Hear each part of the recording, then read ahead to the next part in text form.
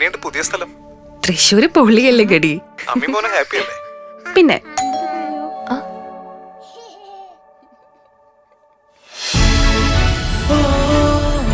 Hi. What is surprise. Hello.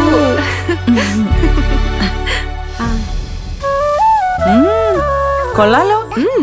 അല്ലെങ്കിൽ നിന്റെ തീരുമാനങ്ങളൊന്നും ശരിയായിരുന്നില്ലേ? തൃശ്ശൂർക്ക് സ്ഥലം മാറി വന്നപ്പോ ഇവൾക്കൊരു 100 കണ്ടീഷൻസ് ആയിരുന്നല്ലോ.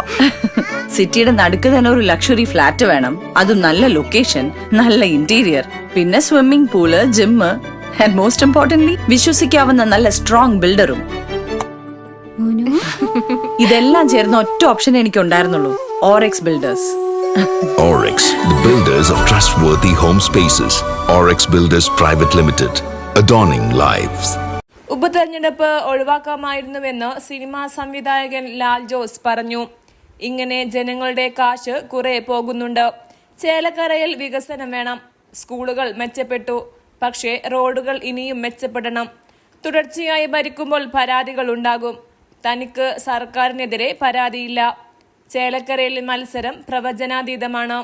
കൊണ്ടാഴി പഞ്ചായത്തിലെ മായന്നൂർ LP സ്കൂളിലെ 97-ാം ബൂത്തിൽ ലാൽ ജോസ് വോട്ട് രേഖപ്പെടുത്തി.